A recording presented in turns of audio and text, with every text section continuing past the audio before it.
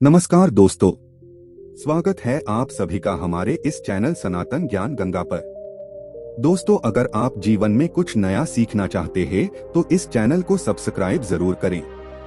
श्री शिवाय नमस्तुभ्यम। हर हर महादेव।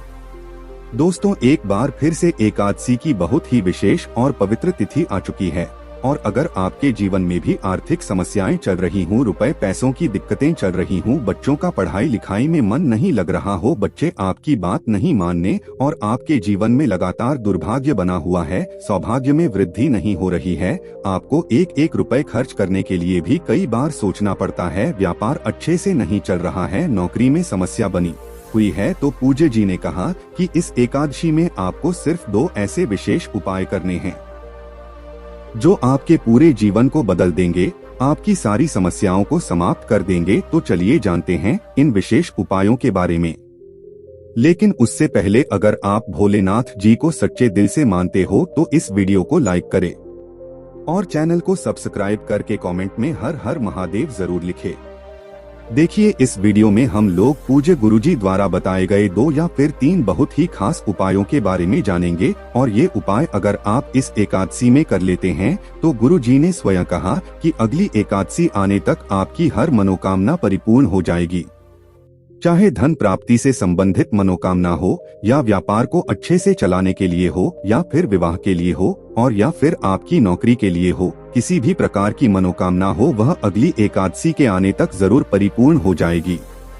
देखिए, पहले तो आप लोग एक बात जान लीजिए कि जब भी एकादशी की तिथि पड़ा करें तो आपको उस दिन किसी भी पेड़ की और किसी भी पौधे की कोई पत्ती नहीं तोड़ नहीं होती है, ना ही पत्ते तोड़ नहीं होती है, ना ही लकड़ी तोड़नी होती है। किसी भी पेड़ पौधे की हम लोग कोई भी पत्ती नहीं तोड़ते हैं, खास तौर से तुलसी जी की पत्ती तो हम लोग तोड़ते ही नहीं। इस बात का आप लोग विशेष ध्यान रखिएगा।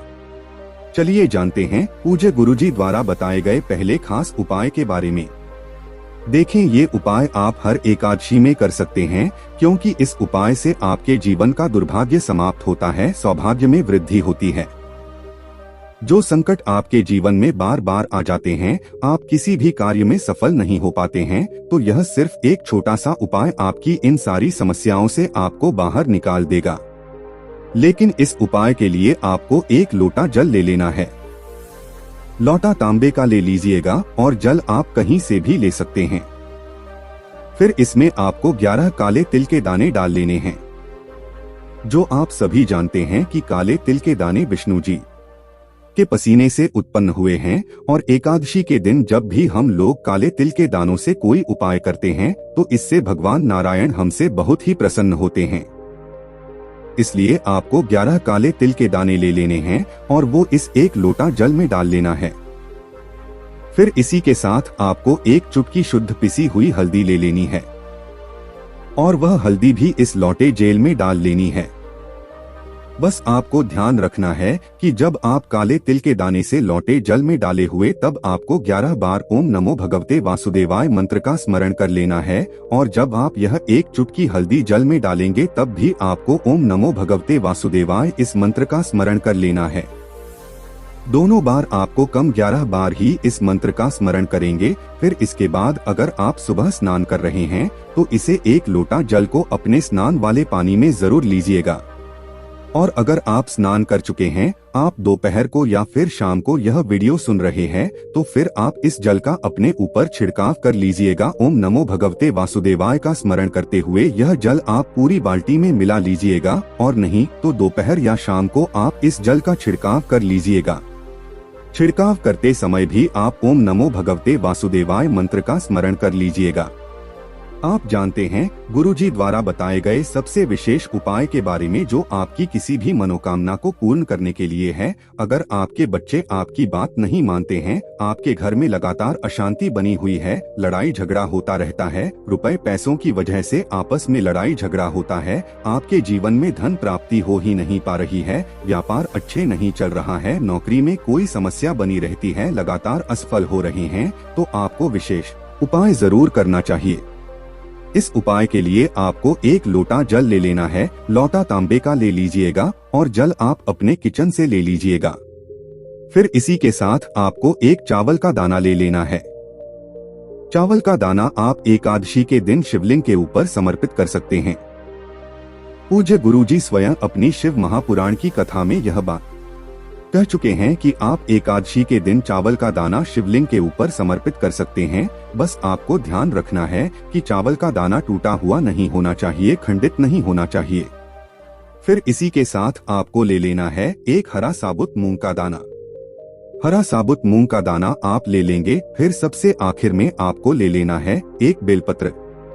बेलपत्र अगर आपके पास नहीं है तो आप शिवलिंग के ऊपर चढ़ी हुई बेलपत्र को उठाकर जल से शुद्ध करके फिर उसका इस्तेमाल कर सकते हैं।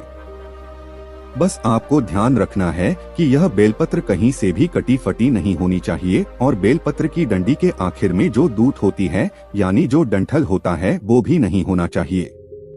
अब ये सारी सामग्री लेकर आपको पहुंच जाना है शिवालय। पूज्य गुरुजी ने कहा कि इस उपाय को आप सुबह भी कर सकते हैं और शाम को भी कर सकते हैं। इस एकादशी के दिन पूरे दिन में आप किसी भी समय से विशेष उपाय को कर सकते हैं। अब देखिए, शिवालय पहुंचने के बाद आप सबसे पहले जो एक बेल पत्र लेकर गए हैं उस बेलपत्र को शिवलिंग के ऊपर समर्पित कर देंगे।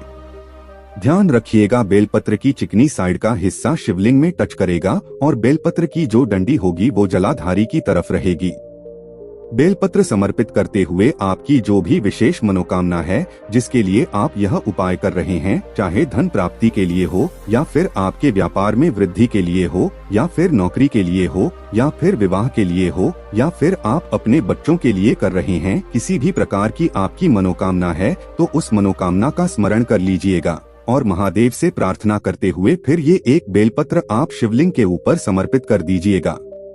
फिर इसके बाद अब आपके पास वे एक लोटा जल है, उस जल को आप सबसे पहले थोड़ा सा श्री गणेश जी वाले स्थान पर समर्पित कर दीजिए और श्री शिवाय नमस्तुभ्यम या फिर ओम नमः शिवाय मंत्र का स्मरण कर लीजिए। फिर दूसरे नंबर पर आप श्री कार्तिकेय जी वाले स्थान पर तोड़कर जल समर्पित कर दीजिए और इन दोनों मंत्र में से किसी एक मंत्र का स्मरण कर लीजिए। फिर माता अशोक सुंदरी वाले स्थान पर थोड़ा से जल समर्पित कर दीजिए और फिर से इनमें से किसी एक भी मंत्र का स्मरण कर लेना है।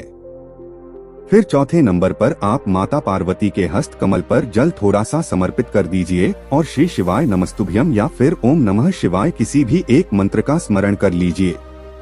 इसके बाद जो लोटे में पूरा जल बचा हुआ है उसमें आपको यह एक चावल का दाना डाल लेना है और चंद्रमौली महादेव का कम से कम 11 बार स्मरण कर लेना है।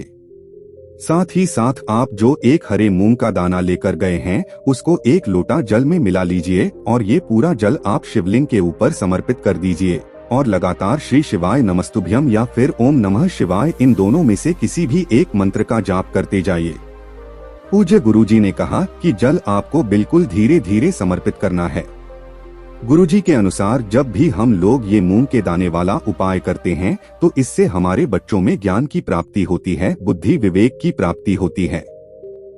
साथ ही साथ जब हम लोग या चावल का दाना शिवलिंग में समर्पित करते हैं तो इससे हमारा दुर्भाग्य समाप्त होता है, माता लक्ष्मी की कृपा प्राप्त होती है, हमारे धंधा में वृद्धि होती है और बेलपत्र से हमारी मनोकामना परिपूर्ण होती है। इसलिए आपको इस एकादशी में यह विशेष उपाय जरूर करना चाहिए। अब इसके बाद बात करते हैं पूज्य गुरुजी द्वारा बताए गए सबसे आखिरी उपाय के बारे में। इस उपाय के लिए आपको एक लोटा जल ले लेना है। तांबे के पात्र में आप पूरा जल भर लीजिएगा। साथ ही साथ आप 2 तुलसी जी के पत्ते ले लीजिएगा। आपको ध्यान रखना है कि आप पत्ते तोड़ेंगे नहीं। आपके पास पहले से अगर मौजूद है तो उनका उपयोग कर लीजिएगा, नहीं तो पौधे के नीचे गिरे हुए तुलसी जी के पत्ते पड़े हैं उनका इस्तेमाल कर सकते हैं। 2 पत्ते ले लीजिएगा और इन पत्तों में आपके जल थोड़ा थोड़ा लेते जाइएगा। देखें, जो एक लोटा जल लिया है इस जल को आप थोड़ा थोड़ा सा इन तुलसी जी के पत्ते में लेते जाइए। जैसे हम लोग आम के पत्ते में थोड़ा सा जल लेते हैं और अपने ऊपर छिड़काव करते हैं, वैसे ही आपको इन तुलसी जी के पत्तों में थोड़ा थोड़ा पानी लेते जाना है। यानी इन तुलसी जी के पत्तों को लोटे में डालते जाना है और थोड़ा थोड़ा पानी लें देते हुए इसी जल का पूरे घर में छिड़काव करना। आपके घर के हर एक कोने में जल का छिड़काव करना है, लेकिन छिड़काव आप तुलसी जी के पत्ते से करेंगे। छिड़काव करते हुए आप ओम नमो भगवते वासुदेवाय मंत्र का स्मरण करते जाएंगे। पूज्य गुरुजी ने कहा कि इस जल का छिड़काव आप किसी भी अशुद्ध जगह में नहीं करेंगे, यानी बाथरूम या फिर ऐसी किसी भी जगह पर नहीं करेंगे और न ही महाद्वीप के ऊपर करेंगे। बाकी बचे हुए पूरे स्थान पर आप तुलसी जी के पत्ते से छिड़काव करते जाएंगे और लगातार ओम नमो भगवते वासुदेवाय या फिर ओम महालक्ष्मी नरमा, इन दोनों में से किसी भी एक मंत्र का स्मरण करते जाएंगे। पूज्य गुरुजी ने कहा कि जब भी है हम अपने घर में इस प्रकार से एकादशी के दिन इस जल का छिड़काव करते हैं तो हमारे घर की सारी नकारात्मक ऊर्जा समाप्त होती है, हमारे जीवन का दुर्भाग्य समाप्त होता है और हमें भी सौभाग्य की प्राप्ति होती है। तो दोस्तों, ये थे पूज्य जी द्वारा बताए गए कुछ बहुत ही खास उपाय। दोस्तों, आज के लिए बस इतना ही। मिलते हैं एक और ज्ञानवर्धक वीडियो के साथ। धन्यवाद।